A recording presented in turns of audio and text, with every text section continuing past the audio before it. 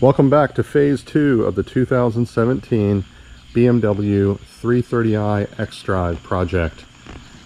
I'll quickly review each of the service items I intend to perform in this phase. And for context, there is a phase 1 video for this project. The backstory being that this vehicle was purchased for my youngest son. While it does have a clean title and it is a nice vehicle, I'm treating this as a logical reset on all of the service that can be performed. Phase 1 covered a myriad of items, and I'm going to do a number of things here in phase 2, which I'll go over now. I'll be doing service on the following items. First up is the front differential behind this cover. Last time we did the oil change, so that's been taken care of. Behind this panel is the ZF 8-speed transmission. We'll also do the transaxle as well as the rear differential. Pretty much anything and everything that can be done underneath the vehicle, I'm going to take care of. Also, as part of this project, I'll be doing spark plugs, which I understand are a real treat on the B46, B48 engine. I would say they were not exactly easy to do on the N20, N26 on our other F30, but that's just me. I'm almost certain I've forgotten something. There's probably one or two items that I'm not remembering at the moment. For anything that's not covered or that I don't get to, I'll get to in a later phase. We'll maybe call that a phase 3, if you will, but there'll only be possibly a couple of things left over that I just might not have time to get to on this round. It'll be an all-inclusive video series on this car. Moving on. Okay, folks, I'm going to quickly review all of the materials necessary to complete this project, working from left to right. The left being the front of the vehicle and moving to the right to the rear of the vehicle. So let's start with the NGK laser iridium spark plugs. I'll remove those from the packaging, properly gap them, and then I'm going to put them aside and save that part of the project till last. Next up is the front differential, which takes a 75 weight gear oil, and I've chosen Redline. You can use other brands such as Mobil 1 or the BMW branded product, and it can be 75W85, 75W90. It's really up to you. Any of those will be compatible with the front differential. I have the bottles labeled as I own multiple vehicles and I need to keep track of which chemicals go to which vehicle. Furthermore, I have done each of these tasks before. This is kind of a repeat for me, first time making this video. For the front differential, that will require less than 1 quart, just less than 1 quart to refill. Moving on, we'll take a look at the transmission pan. It has the integrated filter as well as the magnets here. There's supposed to be 4 of them. There's actually 1 missing, and I will come up with a solution for that a little bit later. It also has the integrated gasket and the stainless steel bolts, as well as the replacement stainless steel filler plug. That's the fill plug, not the drain plug. We're using genuine ZF Lifeguard Fluid 8. This comes in different brands and from different manufacturers. You can use the BMW fluid, which I think is just a rebranded form of the same thing, or you can go with other brands, but I prefer to use the genuine article. In most kits, if you get a transmission kit from something like an FCP Euro or one of those suppliers, they typically provide 7 quarts of transmission fluid, and the expectation is that you're going to do a full rebuild. Well, in this case, we're not going to get all the fluid out of the transmission, and it's going to require 5.5 quarts to refill the transmission. Again, this being the ZF 8-speed or the ZF 8HP. And a lot of folks will say, well, you're not going to get all the fluid out of the converter. You actually will get almost all the fluid out of the converter. It's another chamber of the transmission that unfortunately you can't get the fluid out of that, or at least not all of it. Normally get 7 quarts in a kit. I bought these individually. You only need 5.5 quarts. Moving on to the transaxle. Now this is actually a Shell product that is rebranded as S-Tech out of Germany. There are I think some other brands like Ravenol and other brands like this. But this is the DTF1. It's actually listed as a transmission fluid, but it is for the transfer case. They use this across the line, X3s, X4s, X5s, X6, you name it. This is the transfer case fluid of choice across all of the XDrive products from BMW. And lastly, we'll talk about the rear differentials. This is a little bit different, okay? So we're using a Redline MT85 product, and the reason we're doing this rather than just using a 75 weight gear oil is because the differential in these vehicles has either copper and or brass componentry, and this fluid is safe to use with those materials. You don't want to use just a normal 75 weight gear oil, as it will tear things up. You'll want to use something specific for the application, such as MT85, or you can also purchase the BMW branded product. I don't know who makes it, but that will be sufficient as well. And again, I have the bottles labeled because I've done this process before. What else will you need, or what else should you consider? The good news is that the front differential, the transmission, those both have drain plugs. However, the transfer case does not have a drain plug, nor does the rear differential. And like many modern BMWs, this is just how things are going today. They've moved away from drain plugs on things like the radiator and a number of things. So you're going to have to siphon or suction out the fluid from those components, from those units, and just deal with it. Make sure you have the necessary tools to do the job. The other thing you're going to need is a laptop, because this does require the use of ISTA software in two specific areas. The first being the transmission. You will have to perform a balancing procedure so that the transmission actually takes in all the necessary fluid. You won't be able to get all the fluid in the transmission without doing a rebalancing process, or I keep saying rebalancing, it's balancing process. Again, you'll need the BMW ISTA software. That software is free. There are some places that sell it for like 10 or 15 bucks, but that's just mainly if you want to be notified when there are updates. Keep that in mind. The other thing you'll need with the laptop and the software is a cable. Now, this cable I fabricated many years ago. It served me well. You can purchase these online. This is an RJ45 Ethernet cable to OBD2 connectors.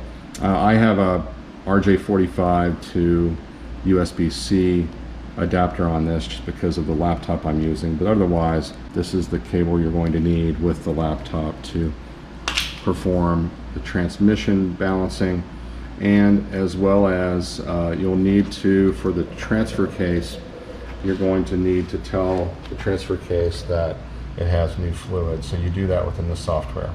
Be aware, those are the things that are will get you the items without the drain plugs. You'll need the software, the laptop, the cable, and we will move on.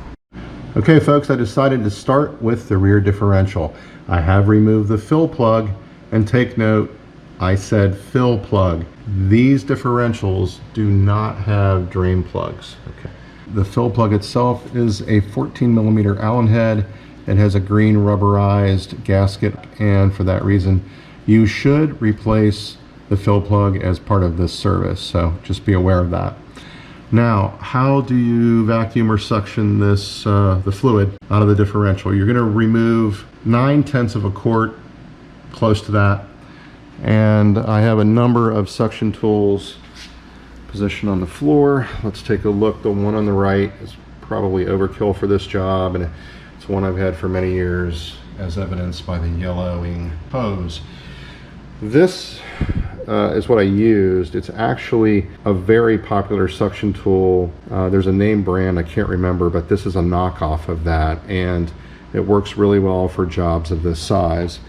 I have modified it in that I added this stainless steel curved straw. It's actually a sipping straw. I bought a pack of sipping straws, and then I just bent a couple of them to my liking for jobs like this. Very handy for getting the very last drop of gear oil out of the differential case, so out of the bottom of the case. You'll be able to do that using this. And there are a couple other choices here. This is actually a suction tool that was gifted to me. I haven't used it yet. I've got this, and I actually have a couple of others. But you know, there are multiple ways to do this, but you want to try to get all of the fluid out of the differential if at all possible. Now, I've got the Redline MT85. That one's a partial leftover from the last job, and that one's full. So we're good to go there, and I actually prefer this tool for refilling. Sure, I could use this one.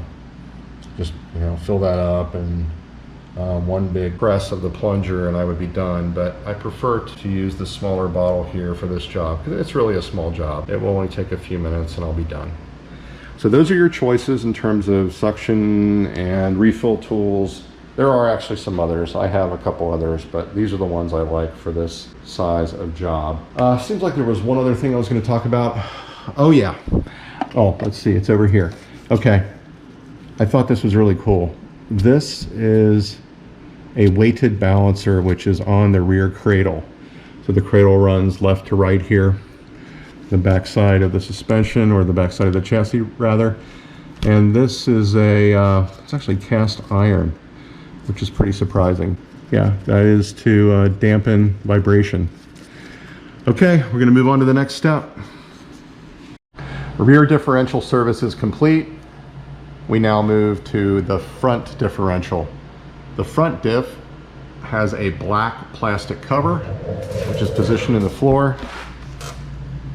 Aside from removal of that cover, the center under tray has to be removed as well. I'll explain in just a moment. And while doing that, it felt very familiar to me, and that's because just 24 hours ago I was working on the thrust arm bushing project on our other F30. Now, the differential itself has a drain plug. Hallelujah. It's hard to understand why one component has a drain plug and the other one does not, but I do understand it from a finance and accounting perspective. But this is not what you need to be concerned with. The concern is the fill plug, and the fill plug is right there, kind of where my finger is, above where my finger is. You see the protrusion. The fill plug is in a very precarious position. You cannot access it from the bottom. You have to go to it from above this suspension carrier, the front cradle, and I will attempt to get into this space with the camera, put some light on this. I'm hoping that is in frame, but nevertheless, that is, it's a bit of a reach. You'll need an extension, and of course, you want to remove the fill plug before removing the drain plug. That's just logic, pure logic, folks. If you cannot remove the fill plug, you won't be able to fill the front differential.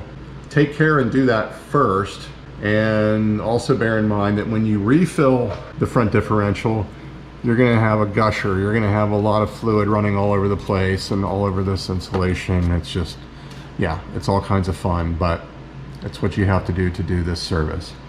That's really it. Focus on getting the fill plug out and make sure that you have a way to replenish the fluid. You want to make sure you have the right tools, have replacement fill plugs and drain plugs and all of that. I'll move on to the next step, and that will be to drain and refill the front differential. One quick comment while the differential is draining. I've got both plugs out, and you might be looking at this and thinking, hey, I'll just remove this plate because, you know, there's not too many bolts and it won't take very long to drop that down. Well, I can tell you from experience, there's no advantage. I've done that on, or I did that on our other F30. You know, you've got this beam that's kind of, it comes over a ways here. I don't know how well it's going to show up on camera, but it's in the way. You're not going to buy yourself any access or anything to that fill plug, so just be aware. The other consideration is this insulation. If you're looking at this and thinking, my vehicle doesn't have that, that's because you have the N20, N26 engine family. This is the B46, B48.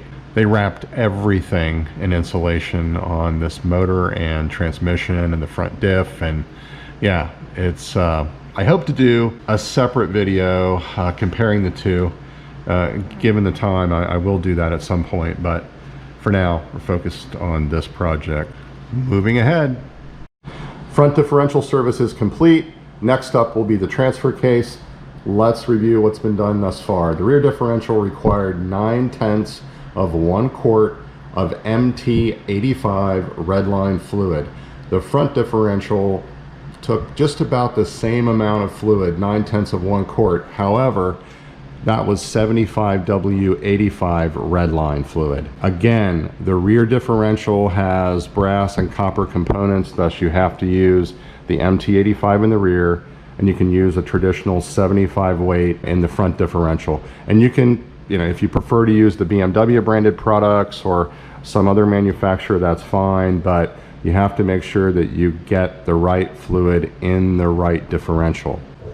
Pertaining to the transfer case, it's right here, and we'll have to lower this brace. You do not have to remove the brace, but you have to actually disconnect it and swing it down out of the way. And I'll show that in a later clip. But this is another one that has to be siphoned. There's no drain plug, there's no provision for draining it, so you're going to have to suction or vacuum the fluid out of the transfer case, and as always, that's fun. Sarcasm aside, let's move on. Okay folks, step 1 when doing the transfer case is to support the transfer case, as you're going to be removing the brace. Your setup might look different.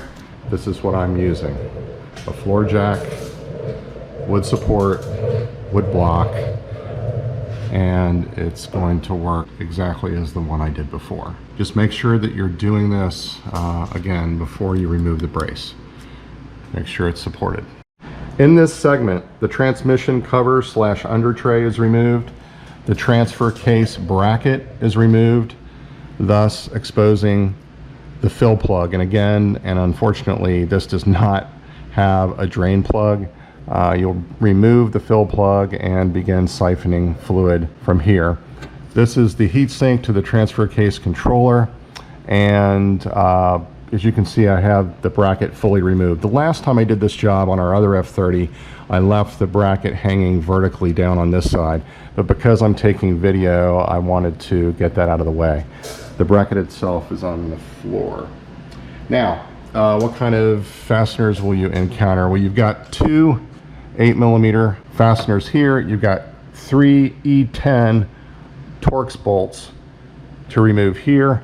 On this side, you have 1, 2, 3 13mm long threaded bolts to remove.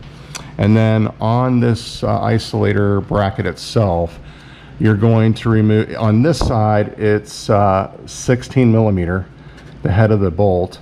And on this side, it's an 18mm nut. Just be aware you have different sizes here, which sometimes drives me crazy, but that's how they do things. Nevertheless, we're going to begin the siphoning process momentarily, and we'll move on to the next step. Okay folks, another suggestion is to get yourself a bucket. Again, you're not draining the transfer case, but you're going to have some dripping or drippage. Just get this, I've got a bungee cord here holding this in place. It works for me, but you're going to have to capture some of the runoff here as you're siphoning. Okay, at this point, the transfer case fluid has been removed, and again, there isn't much of it. I think it's 6 to 7/10 of a quart. It's looking pretty dark, and I used the same siphon pump to remove the fluid in the transfer case as I did on the rear differential. And I always take great care to make sure there's no cross-contamination of fluids. I clean this out and before it's reused and all those things. But this sippy straw, which I bent to fit the needs of this project, it's working out well.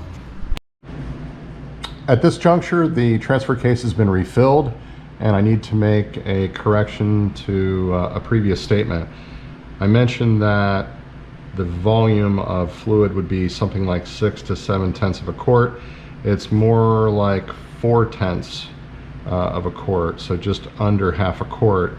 And I have a measuring bucket which is actually tied up on another project now, but not that you can tell from looking in the bucket there, but yeah, it's just under half a quart to refill the transaxle. And I will make one suggestion: when you do this, when it starts to spill out, if you just walk away and come back in 10 or 15 minutes, you can actually get a little bit more in the transaxle before you put the plug in and seal it up. Just a word of advice there if you want to get just a little bit more fluid in it, and that's what I always like to do. We'll get everything buttoned up, the bracket back in place, the covers, all the fasteners, and move on to the next step.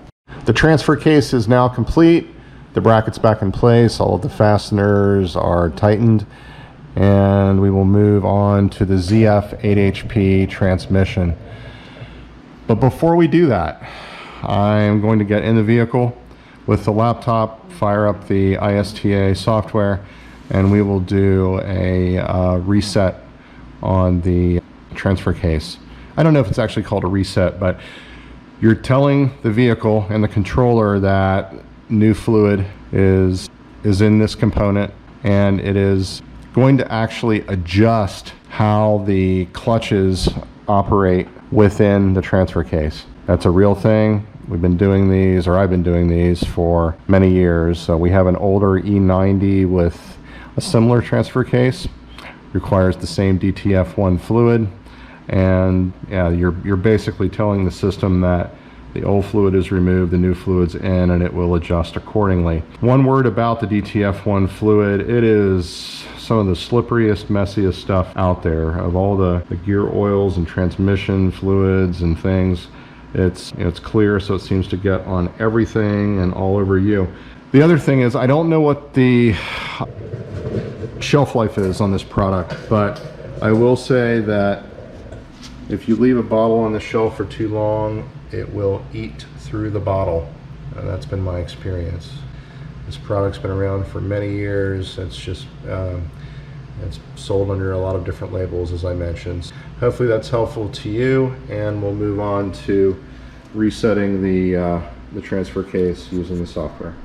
Okay folks, this is a first-hand look at the ISTA Plus software. I have a dedicated laptop I use for this. I don't run anything else on this laptop to keep it secure, updated.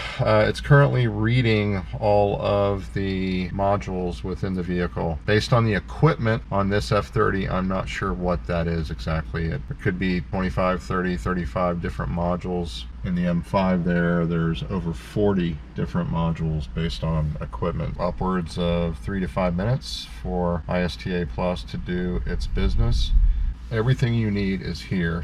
And then again, we have the cable, the connector, and that goes to the OBD2 plug-in on the left lower side of the dash as I navigate the interior with the camera. Okay, we'll come back to this when it's complete, and I will show what's needed to be done with the transfer case. Communications with the ISTA Plus software and the vehicle are now complete. The software has evaluated all the modules in the system, in this build, in this spec, and we are now in a position to move forward with the transfer case reset. On the screen we have a diagram of the modules present in this build, and I'm going to go ahead and walk through the steps to reset the transfer case. I'm going to reach around the camera here and hopefully keep things steady while I do this. Now, what you want to do is go into Vehicle Management, the Vehicle Management tab, and you want to go into Service Functions. So I'm already there. Go to Powertrain, click on the plus, go to Transfer Box, Transmission Control Unit, click on that, and then you've got two options here. You've got a repair option, and you've got transfer box calibration option. We're going to do the calibration option, or ABL. The software is rather slow. It's not the laptop. It's rather the communication between the laptop and the modules in the vehicles. If you double click on this and get rid of the battery voltage warning, which you're going to get no matter what unless you have the vehicle connected to it, actively connected to a charger. Hopefully this shows up on camera. It says communication with the VTG transfer box control unit is okay. Oh, good. In the lower right, we're going to click continue. And then it says the VTG will be recalibrated with the service function. Click continue again. It says the following input conditions must be met. Engine off, terminal 15 on, the calibration value in the VTG control unit is valid, no fault codes. Do you want to run this service function? And I'm going to click yes, and then go ahead and click continue. I can actually hear, I don't know if that's audible on the camera, I can hear it doing its thing. The VTG has been recalibrated. The new calibration value has been stored in the VTG control box. Calibration value after calibration is 19.7. Difference compared to the previous calibration value is 0.2, and it's in degrees. I'm sorry. Hopefully that's visible on the camera. I know GoPros don't do a great job of focusing, or they're fixed focus. Hopefully that works. So we'll click continue, and the service function is complete. So I hope this has been helpful. This ISTA Plus software, this is possibly one version behind the current version that's available. The UI, the user interface, is exactly the same. It all looks the same. As you notice in this menu, there is also options for resetting the adaptations for the transmission itself. We haven't done that service, but we're about to do that service. I will move in that direction. I'll shut the laptop down for now, and we'll get going on the ZF8HP transmission service. We'll come back to this part of the menu. Unfortunately, we'll have to go through all the same steps because it'll have to the software has to rediscover the modules and establish communication and all of that. But I'll get the video to the point where we pick up from where we left off here. I hope this has been helpful, and we'll move on.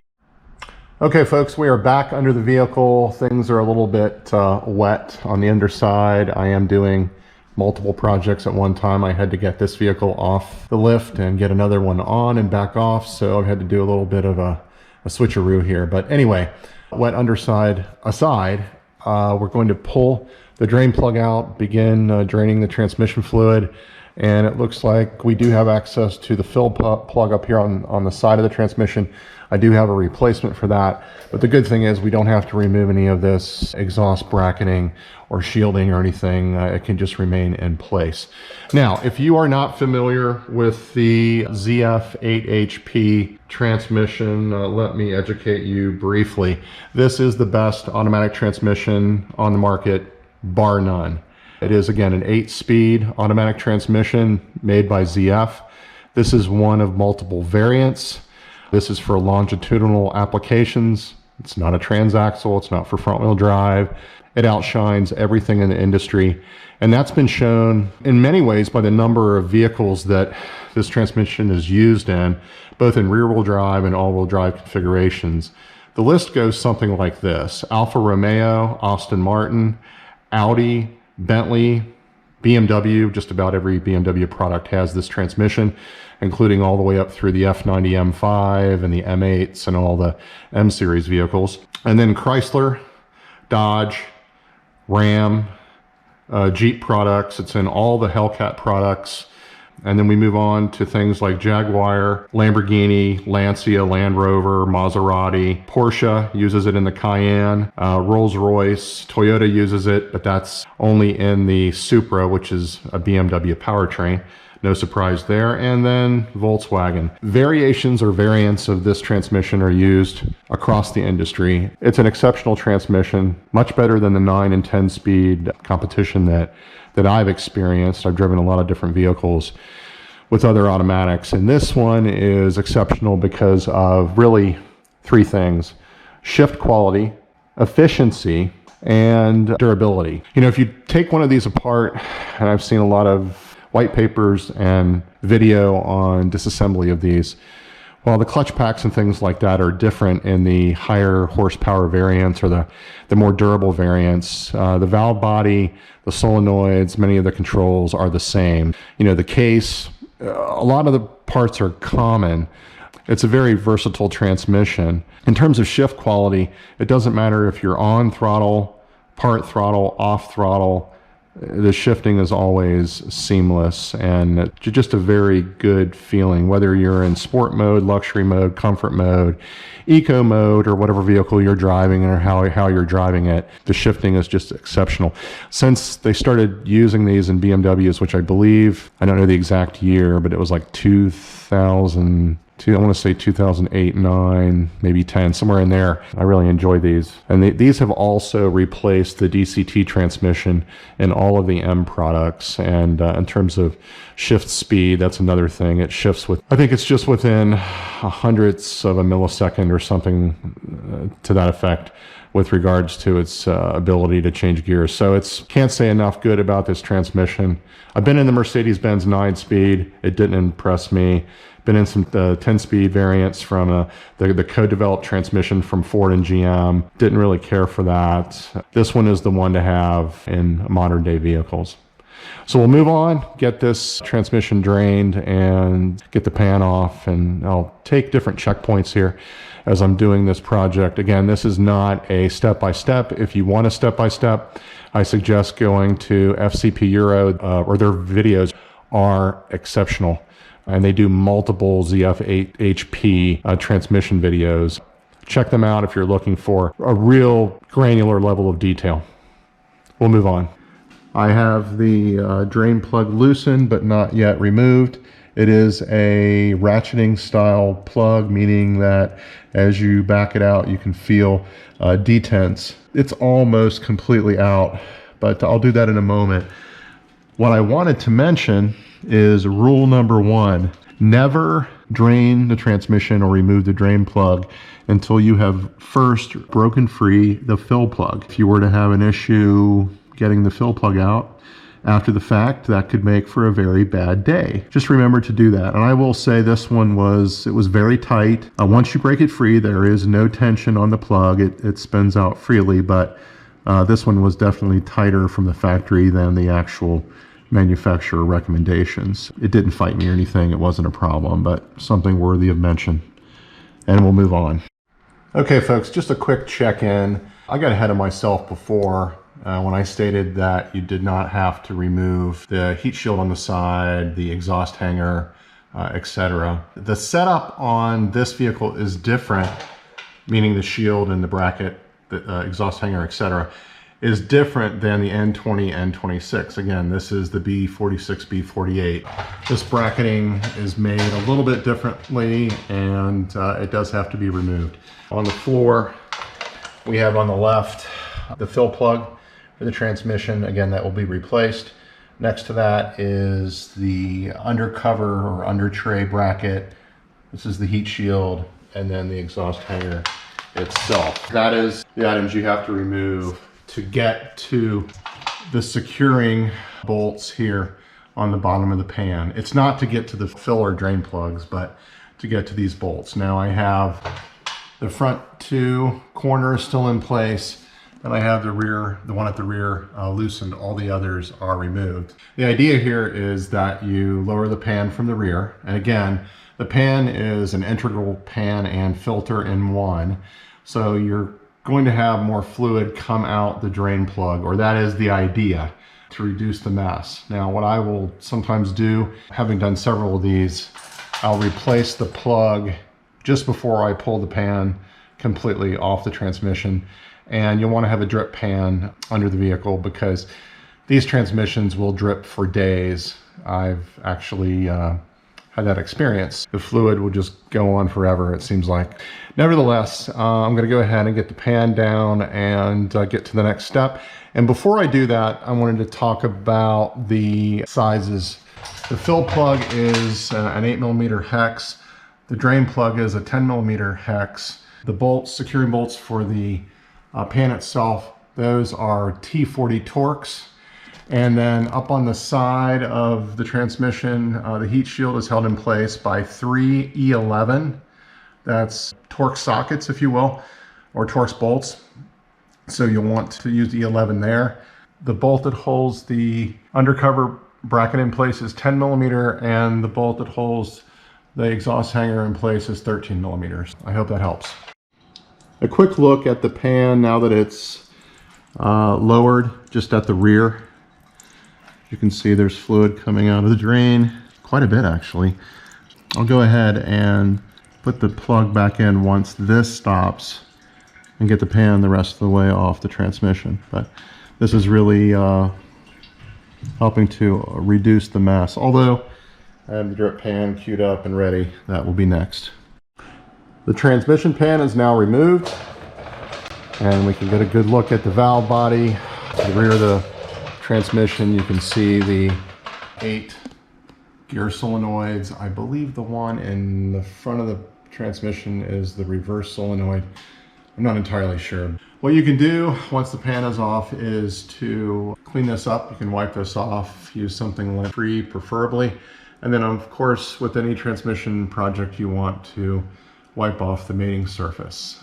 Make sure it's as cleaned up as you can make it. Now, if you want to remove this valve body and get an additional, I think it's about a Dixie cup full of fluid, you can. I've actually done that, but it's a little overkill. You know, you can't get all the fluid out of the transmission, but you're getting most of it, and most of it is about 5.5 quarts. Again, drip pan in place because we are going to drip for eternity here. And this was really not messy at all the way I did it. The original pan is here. Again, this is integral filter. And I don't know if that's the intake or if that's the intake. I forget the way it flows, but nevertheless, this is the original pan. Now, interestingly, in looking at this, we've got 2 magnets to the rear. We've got 2 magnets kind of in the middle of the pan in these mounting positions. And then looking at the replacement pan and filter, this is made a little bit differently. There are positions for 4 magnets to the rear, but as I think I mentioned earlier, I'm missing a magnet, so I will scavenge one of the magnets from the original pan and place on this pan. But in this case, all 4 magnets will be mounted to the rear, whereas on this setup, they did have 4 positions here, but they're only using 2. And then they've got magnets here kind of in the middle of the pan. It's a little bit different, but this is, just for the record, a genuine ZF pan. Maybe they changed things along the way, who knows. But and again, this also has the built-in gasket, the rubber gasket. There's no RTV or anything like that used on these pans, which is nice. And the bolt kit, you will either receive a steel bolt kit or an aluminum bolt kit. The steel bolts require a different torque specification than the aluminum ones. These, which are steel, are 10 Newton meter tightening torque. If you get an aluminum set of fasteners, it's going to be 13 Newton meters with a 3/4 turn offset. Different torque spec for different types of bolts, but we did get the steel bolts, which is exactly as were on the transmission from the factory. And this also has the fill plug, as you can see. We're all good to go here. I'll probably wipe this off one more time and then go ahead and get the pan in place. And this, if there's ever been a time that you should follow best practices for tightening and snugging the bolts on the pan, this is the time. Don't be lazy, exhibit some discipline and tighten these down appropriately. So you're going to work your way around the pan slowly. And you know, this is a plastic pan, but it's not going to deflect or anything like that. This should not be, you know, it should be pretty straightforward. Shouldn't cause you any problem getting the pan back, the new pan on, and then we'll begin the filling process. The transmission pan is installed. Everything is back in place. It all looks good. That includes the heat shield, as well as the exhaust hanger and the under tray bracket. Everything's properly tightened, and again, you have 13 bolts for the transmission pan itself, and these the tightening torque is 10 Newton meters. I advise you to go online and look at the diagram which provides the tightening sequence for this pan. It's not just a matter of going from corner to corner or anything like that. There is an actual sequence. So if you go online and look up ZF 8HP, there's several diagrams from different sources that will provide that information. We're going to begin refilling the transmission momentarily. Fill plug is still out. Let's talk about this for a moment.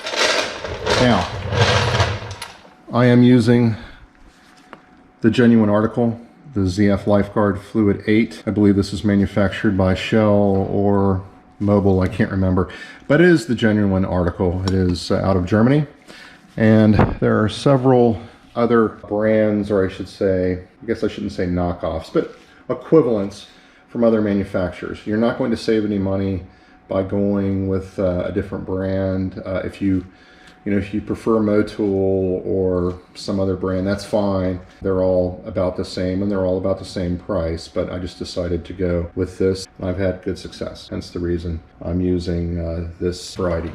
Now, in terms of refilling the transmission, I have lots of choices here. I prefer this particular refill bottle. It's not the fastest method, but it's always worked well for me. And again, it's not, if time is a factor, you may want to go with something like this where you can refill the transmission very quickly. Be aware that you will get more blowback with the larger refill canister here. That's the way it is. It's not able to accept the fluid as well or as easily, and you'll get more spillage. Just be aware of that. But if time is a factor, I would go that route. What to expect?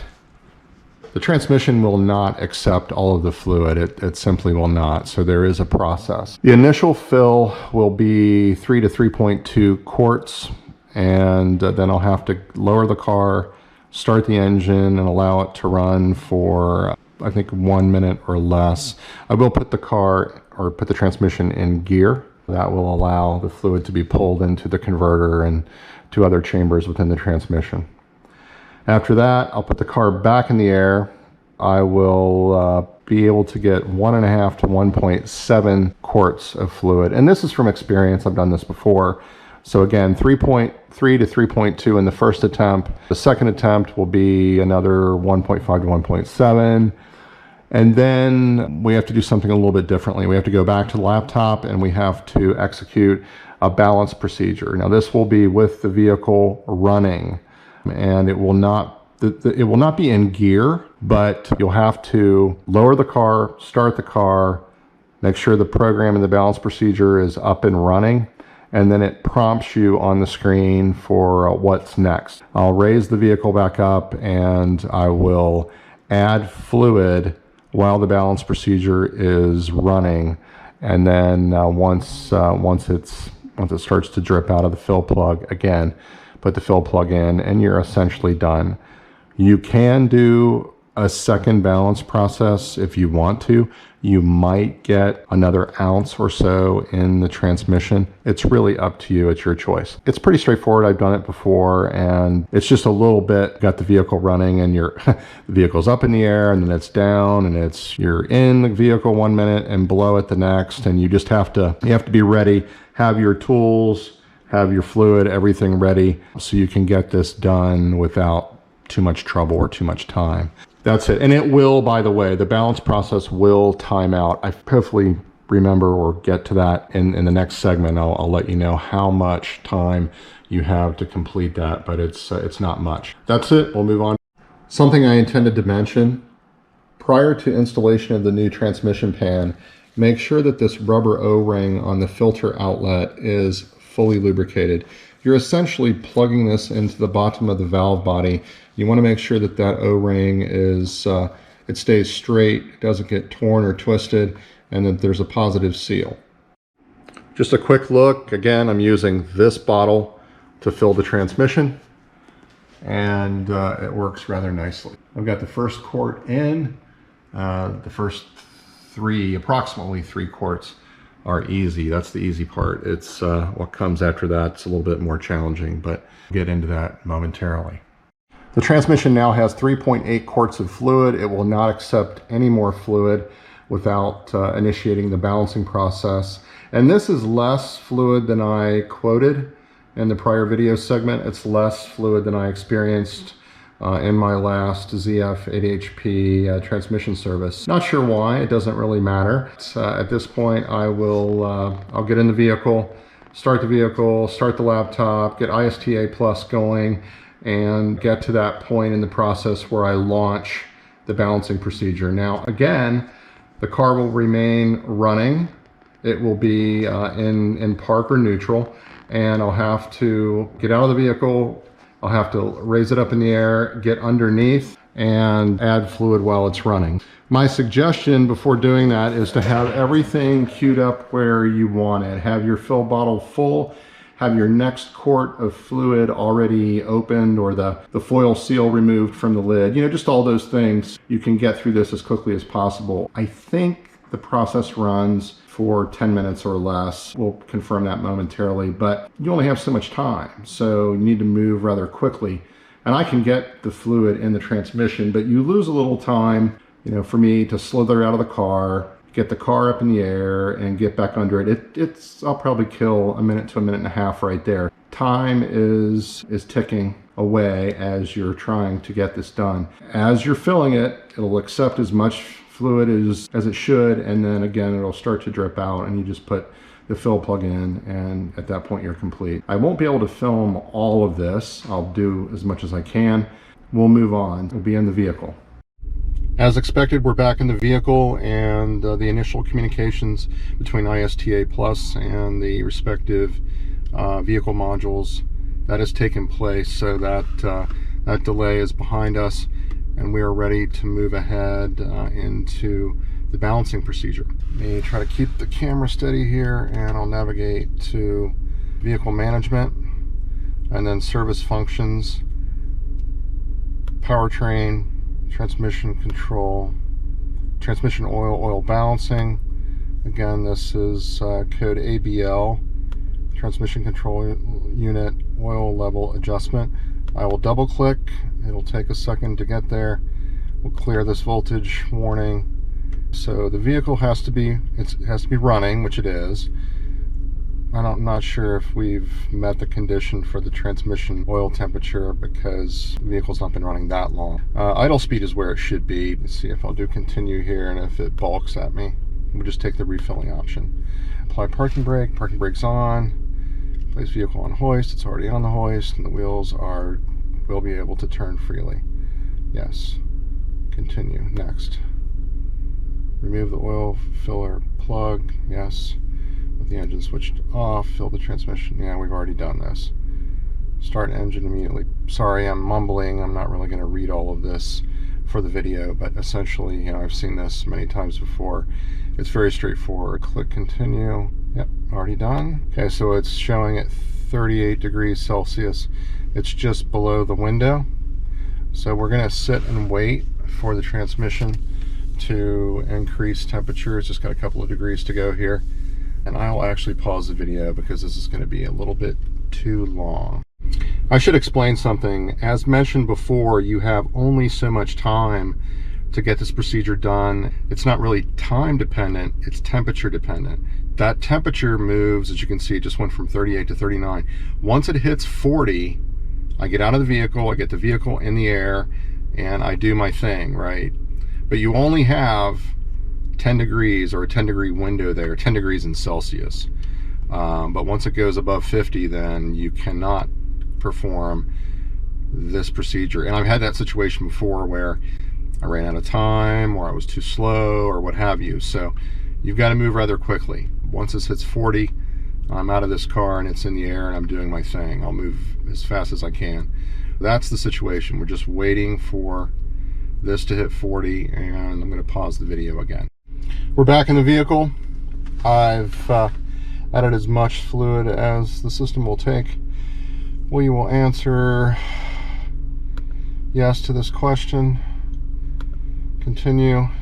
It says allow surplus oil to drain off. Wait until only a small quantity of oil flows out or the oil flow stops. The service function will continue automatically after a waiting period of 60 seconds. So we're going to wait until this counts down. I'm actually not doing this.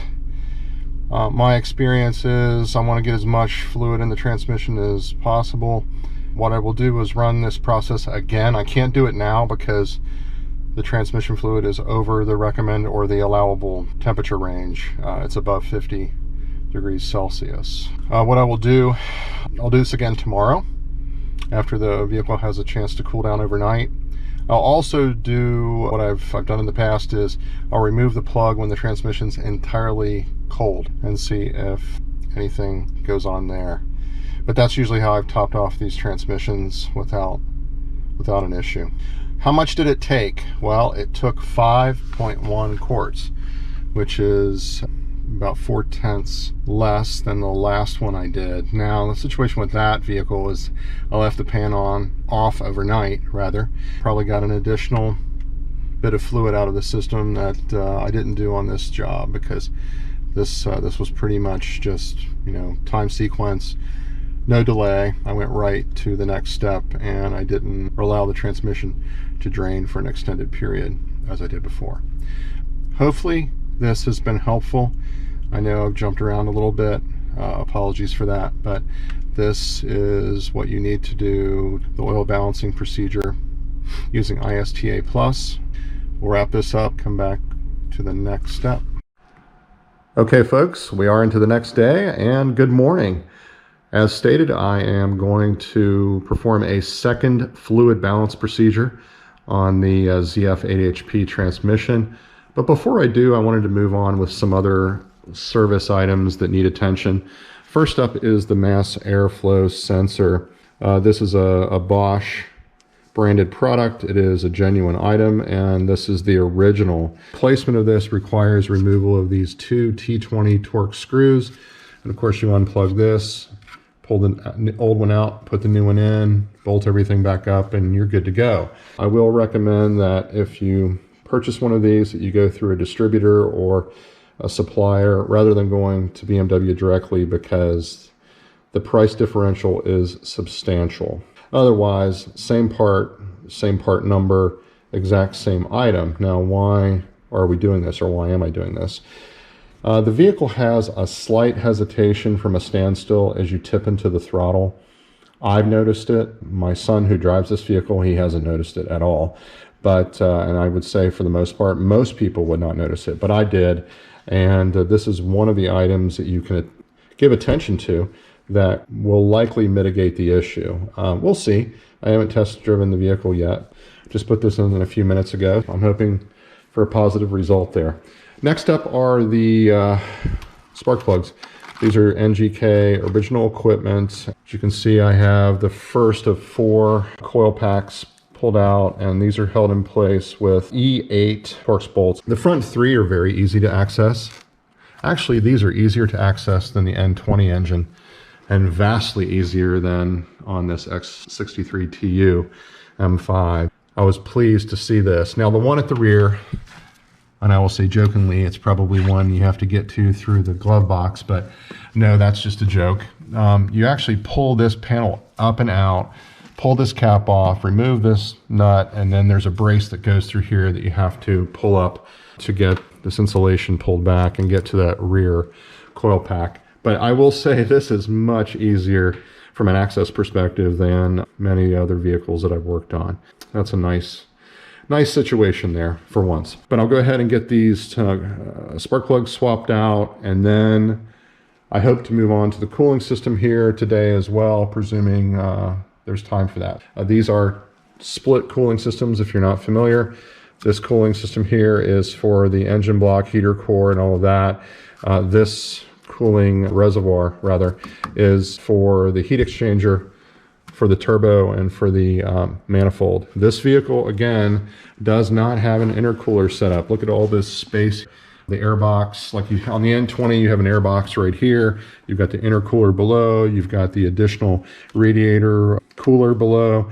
And this engine, the B46, B48 family, has none of that. Very different design and architecture.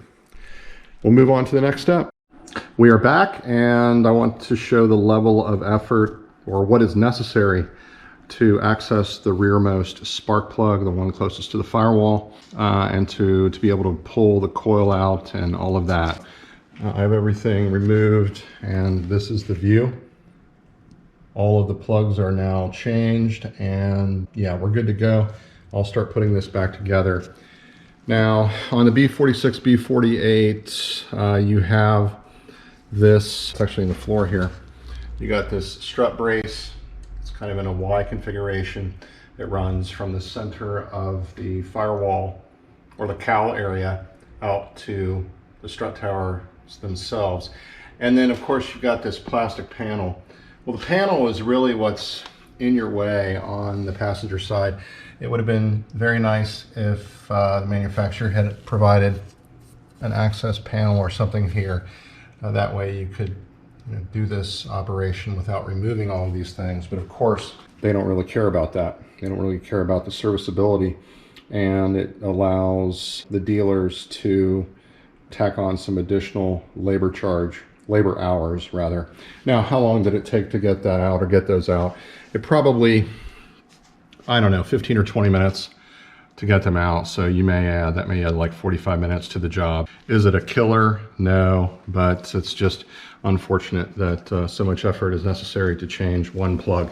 I did make the comment earlier that this was an easier job than the N20, and now that I've gotten further into this, maybe I'll retract those statements just a bit.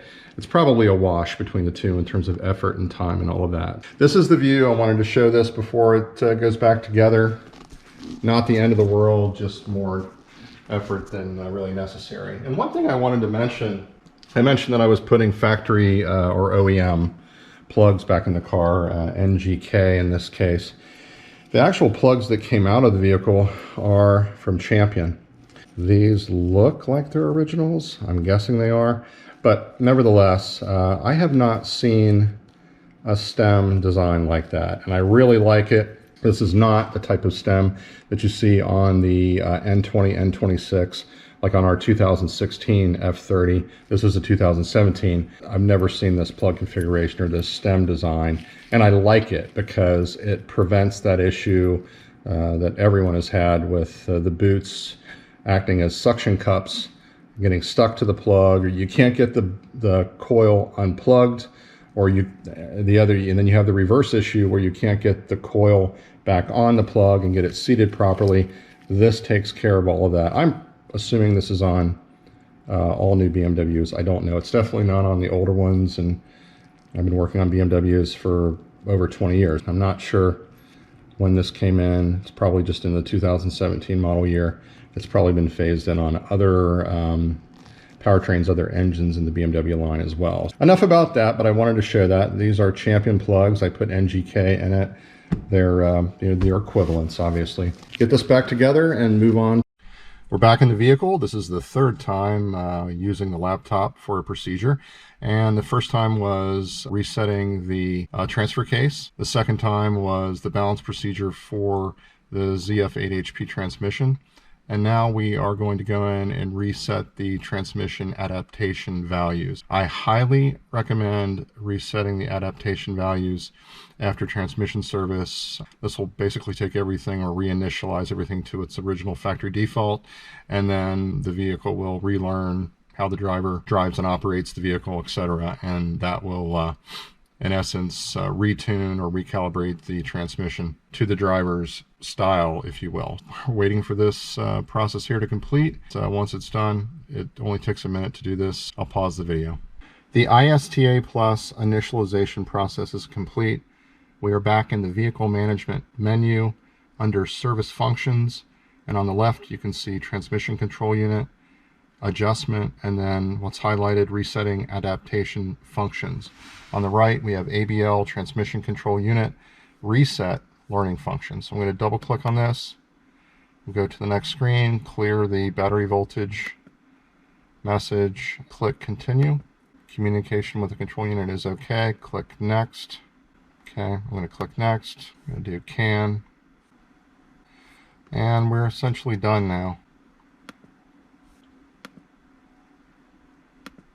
Okay, we're all done. And it's that simple, folks. Hopefully that's helpful.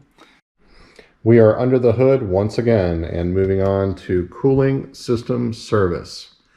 If you are familiar with the B series of engines, aka the modular architecture engines released by BMW in the last few years, this is the B46, a 2-liter inline 4-cylinder sibling to the B48. Those engines share 98% of the same parts. And then moving up the rung, there is a 3-liter inline 6-cylinder known as the B58. Being a modular engine family, the intention is that they share many of the same parts. And one area that they do is in the cooling system and the setup of the tanks that we have here. Now, what are we looking at? The tank on the left is for the engine block and the heater core, and the tank on the right, or the lower right, is for the turbo heat exchanger. Remember, this architecture does not use an intercooler. So it is a heat exchanger that sits atop of the intake manifold. It's a different setup. Many new vehicles have split systems like this. You have one tank for the engine heater core and one tank for perhaps the turbo and possibly even the ECUs or DMEs. That's the case on the F10 M5. It's one side is for the engine heater core and the other is for the turbo and the dual DMEs that exist on that platform. If you pop the hood on any vehicle with the new modular or B series engine family, you're going to see tanks like this. My intention is to drain, flush, and refill both cooling systems, and I'll refill the systems using a vacuum system, which is really a necessity with a lot of newer vehicles like this. It's not just a matter of you pour the coolant in and run the engine. And it's even different than like the older E90s where you have the electric water pump and you run through a purge process where only the electric motor runs. It's not like that. It's a little bit different. Now this vehicle has a mechanical water pump as well as an electric water pump. So I'll explain a little bit more about that as well. I'll get the vehicle in the air. I'll get the under trays or under tray removed, and we'll move on. Before we get under the vehicle, I have removed the forwardmost under tray as well as the corner under tray covers, what I refer to as winglets. The one on the driver's side can remain in place. I did remove it just out of curiosity. I've also removed this forwardmost cover, which is here. It pulls straight up and out. And then again, and looking at the tanks, we got what they call the high temperature side. That's the engine block heater core. And the low temperature side, or that system is for the turbos, the secondary system. All F chassis BMWs, everything that followed the E chassis vehicles, BMW did away with the drain plugs on the cooling system. You have to disconnect a variety of hoses on these vehicles to drain these systems, and it's not the best. It's not the best because you can't get every last drop of coolant out of a system unless you make alternate arrangements. I'll talk about that momentarily, but let's look at the hoses, okay? On the hot side, or high side, I'm sorry, high temperature, this is the primary system drain point right here. You're going to pop the pin up, and then you're going to pull that hose out. And it's one of BMW's many quick connectors under the hood. Now on the bottom, and we're probably not going to be able to see this from above, I'll show it from below. There's a hose, this hose that I'm tracing with the light, the one to this side right here. That hose there's a connector that's just out of sight below, and that is what we'll remove that to drain the low temperature side or the turbo side. What you'll want to have is a good sized pan, something like this, because it goes more or less everywhere as you pull these hoses out. And that's really unfortunate because the drain plugs made it so much cleaner, and I'm still curious as to why they did that, but I think I knew why they did that. It was a cost measure, just one more thing they could save money on. Nevertheless, that's what we're going to do next, get the vehicle up in the air and take a look at getting this fluid drained from both systems. Oh, and before I do that, I will remove the caps from both systems so there's no vacuum occurring on either one. And I'll probably, well, I don't have to back out the bleeder valves, but yeah, that should do it. Remove each of these, put those aside, and get the vehicle in the air. This one wants to take forever. Okay, there we go. And I should probably just show this, kind of the fluid levels right now. They're both at max. So they look good in terms of where they're at, but they do need to be flushed. We'll take care of it. The vehicle is in the air, and let's take a look at the low temperature cooling circuit drain point.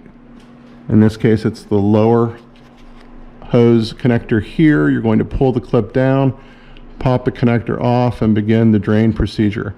Above that is the high temperature or primary system, but you're gonna reach that from above, obviously. So you're gonna have coolant running all down this area. It's going to be rather messy. Again, I much prefer drain plugs. The TIS information from BMW is for the most part correct. I actually do something in addition, which I'll get into later, for the primary high temperature system. But there is one item that is wrong. They show the position of this hose correctly, but for the high temperature side, they actually show it over on this side of the radiator. And that is a misprint or just a completely wrong piece of documentation. Perhaps they did it this way or they did it pre-production that way, but obviously this is a blank space. There's nothing here. So if you're looking up the technical information system and the instructions, it's a little bit misleading, a little bit confusing. The hose is not here. It's over on this side with the other hose. They're together. They're just one's above the other. I made a little bit of a mess even with this large pan, but it's not too bad. That is the low temperature cooling circuit that's draining. Move the pan a little bit. Not bad at all. The other system's going to be quite a bit messier, but we'll get to that in a moment. A quick view from above showing that the low temperature secondary cooling circuit is now, the tank is just about empty. The primary high temperature is still full, and we'll move on to that next. The upper hose for the high temperature primary cooling circuit has been removed. As shown, it's quite a mess because coolant goes everywhere, and there's really no way to prevent this.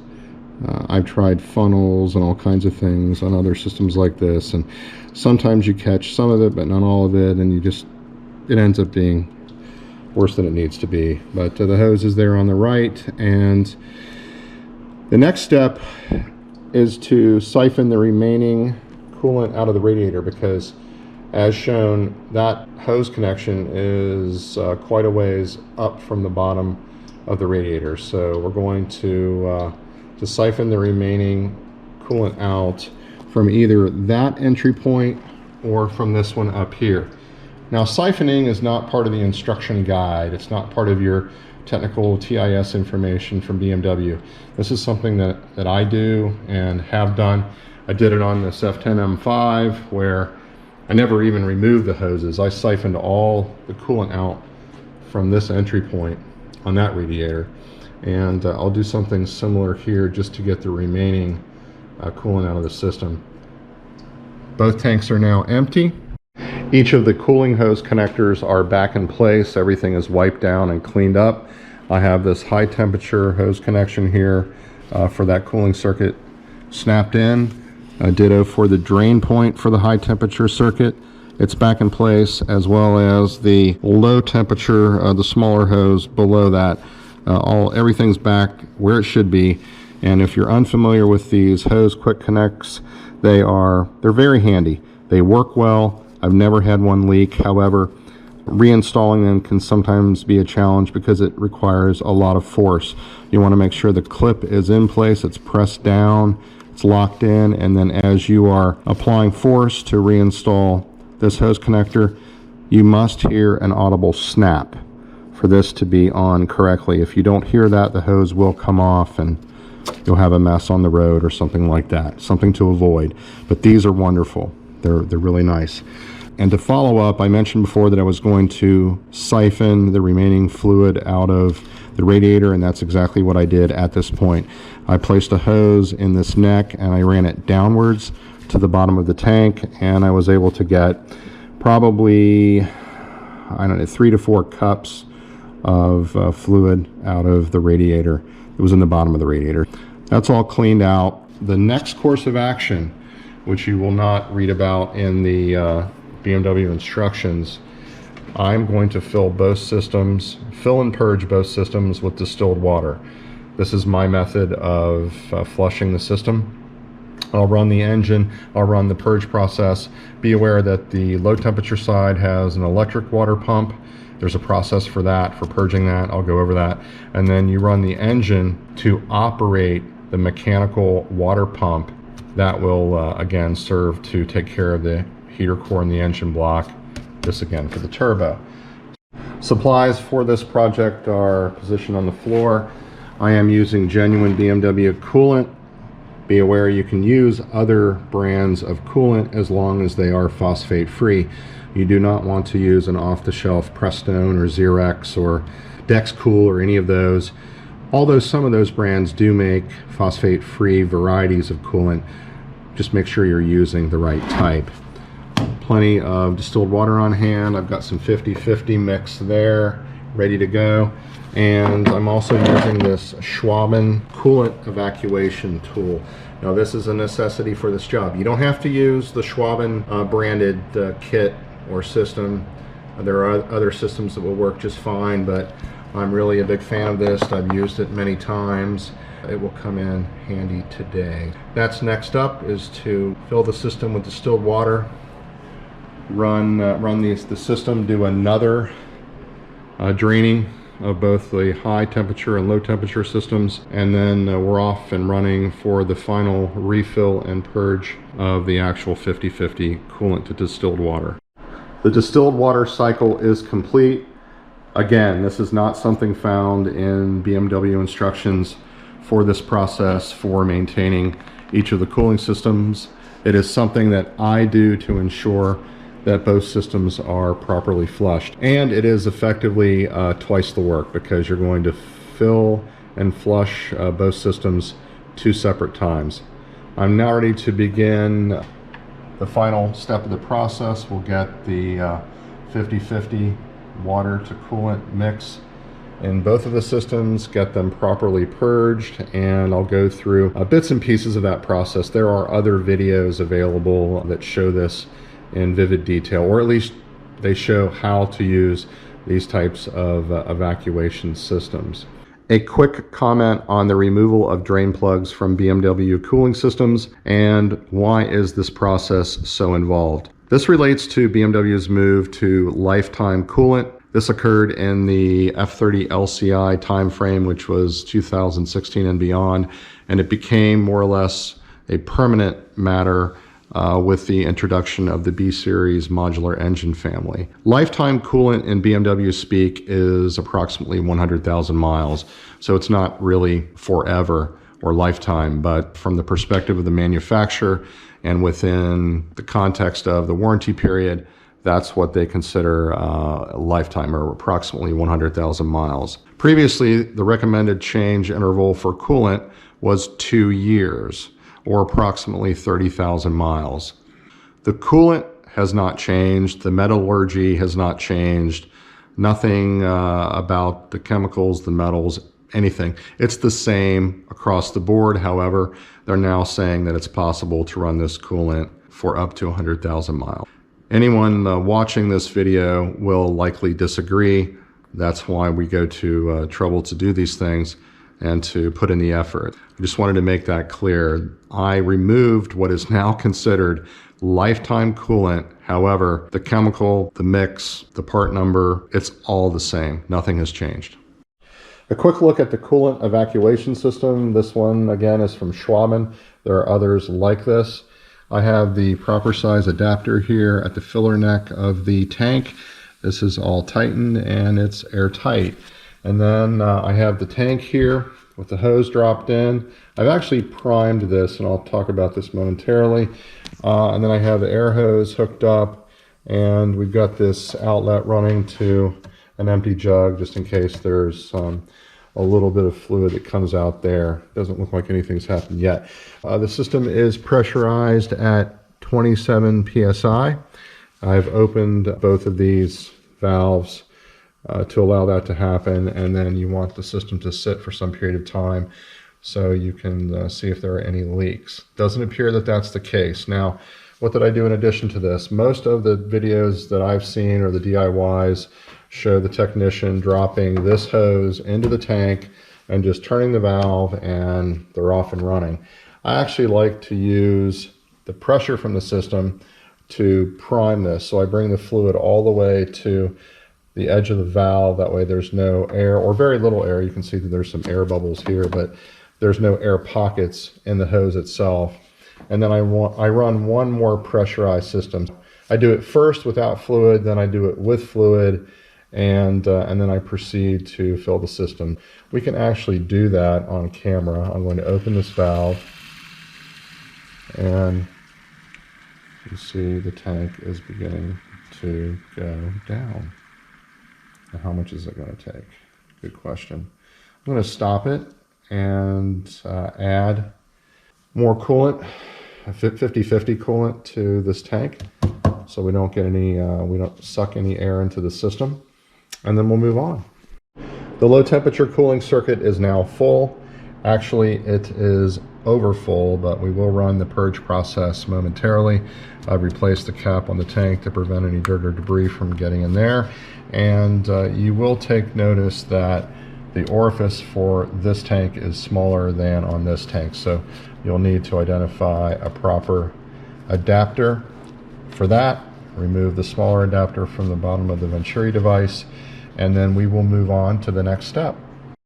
Everything is good to go on the high temperature side, and I'll try to do this on camera where I'll open the valve and you'll actually see radiator hoses and all types of things compress in size as this begins to pressurize the system.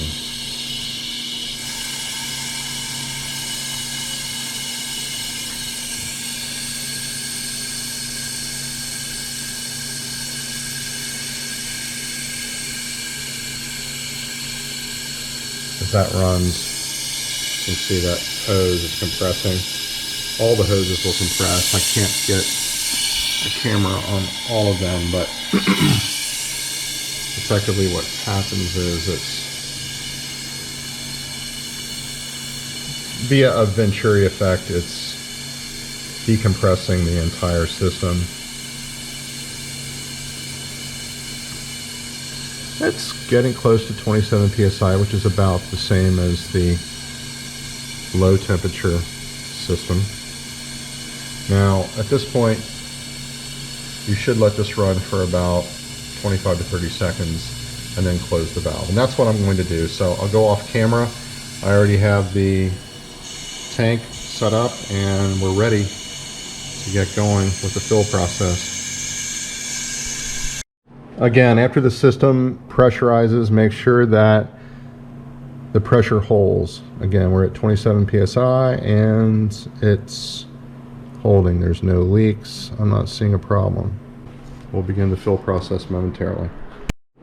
Okay, let's go ahead and begin filling the high temperature side.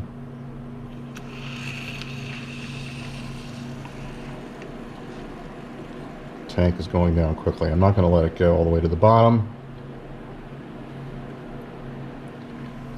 Gauge is dropping. I'm going to shut this off as we're getting close to the bottom of the tank. I'll add some additional coolant and we'll continue. It's been added to the tank, and you could use a larger tank and not have to stop and restart, but it works either way. It's not a problem. The valve has you covered. So we're down to, what is it, -9 psi. Let's open the valve, complete the process, allow it to go all the way to 0. And it's just about stopped. The other thing to be aware of, you want to make sure that the tank is above the filler neck or at the same level. In this case, they're just about the same, but the reason being, you don't want any air to get pulled back or any siphoning to occur. We'll go ahead and close the valve, and essentially we're done with this part of the process. I'll get all the plumbing and everything out of the way. I'll get the valve put away, everything put to the side, and then we'll begin the purge process for both systems. Each cooling system is now full. The next step is to siphon fluid from the top of each tank and bring those down to the maximum indicator level.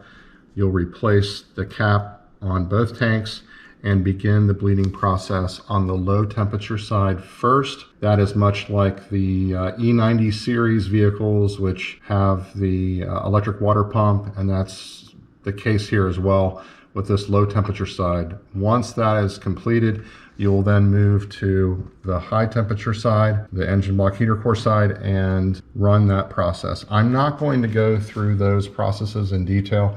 There's plenty of documentation online as to how to do each of these, but again, electric water pump on this side, mechanical water pump on this side. There is several steps that must be performed to get through that. And once that's complete, both of the tanks should be showing maximum fluid, and we should be good to go. I'm in the vehicle now, and we're going to begin the low temperature bleeding process. First up, you want to make sure the ignition is switched on. The parking brake is engaged. The low beam headlights are on, and the hazard lights are on. So let's do that. Not sure why those need to be on. That's new relative to the E90. And then set the heating to maximum, both sides, and the fan on low, and then press the accelerator pedal for 10 seconds. Go ahead and press the accelerator pedal. Wait for this to come on.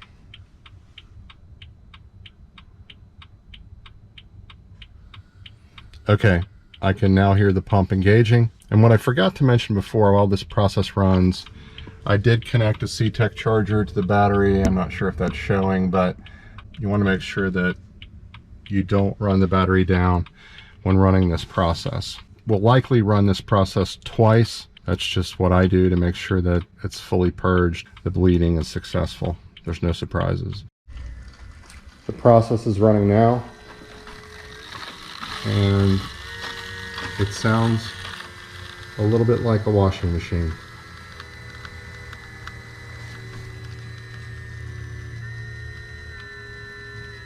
You'll actually hear the system throttle up and throttle down as it speeds up the pump.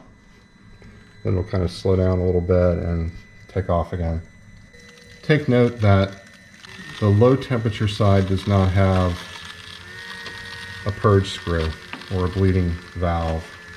Doesn't sound like there's a lot of air in the system. You can actually hear it ratcheting through the different levels of speed. It's at maximum now.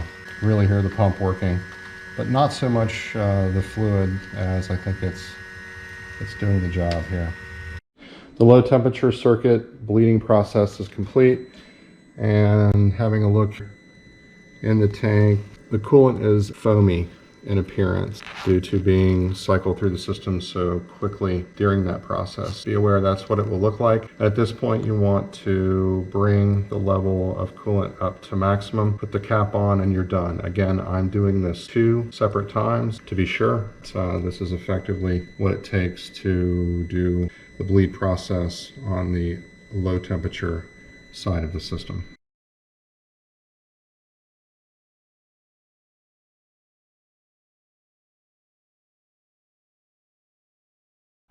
This concludes a long and extensive complement of pre-owned, post-delivery, preventative maintenance on this 2017 330i XDrive.